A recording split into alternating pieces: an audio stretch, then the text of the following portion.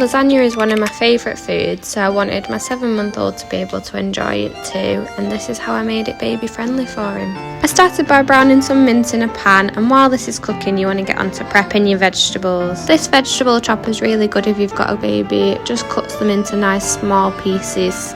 I don't know what this mushroom ever did to me, but clearly I was feeling quite angry about it. Once the mince was browned, I added in 2 cloves of garlic and the chopped vegetables, so I added 2 carrots and about half a pack of mushrooms.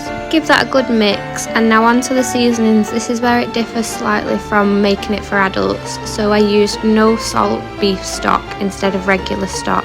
I dissolved it in about 250ml of water and added that to the pan. Then I added some tomato puree, some mixed herbs and a tin of chopped tomatoes. Now this is optional, but I do pre-boil my lasagna sheets. I've just found that in the past if I haven't, sometimes it can still be a bit hard. If you are going to though, make sure you add some oil to the water, otherwise they'll get stuck together. Onto the cheese sauce, so you need to make a roux by mixing some melted butter and flour together and then gradually add your milk and then your cheese. It should look something like this. For Arthur I did 1 layer of ragu. I cut it up with scissors so that all the pieces were nice and small, followed by 1 layer of pasta and then a small layer of the cheese sauce with a little bit of cheese sprinkled on top.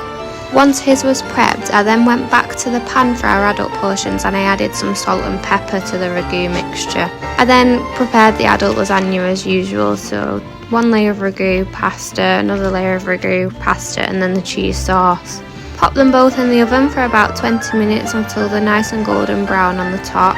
When plating it for Arthur, I just made sure all the vegetables were nice and soft, so you should be able to squish them between your fingers. And then I also cut off any crispy bits of the pasta, so it should be nice and soft. This went down an absolute treat. He definitely loves lasagna as much as me. You'll have to let me know if you give it a go.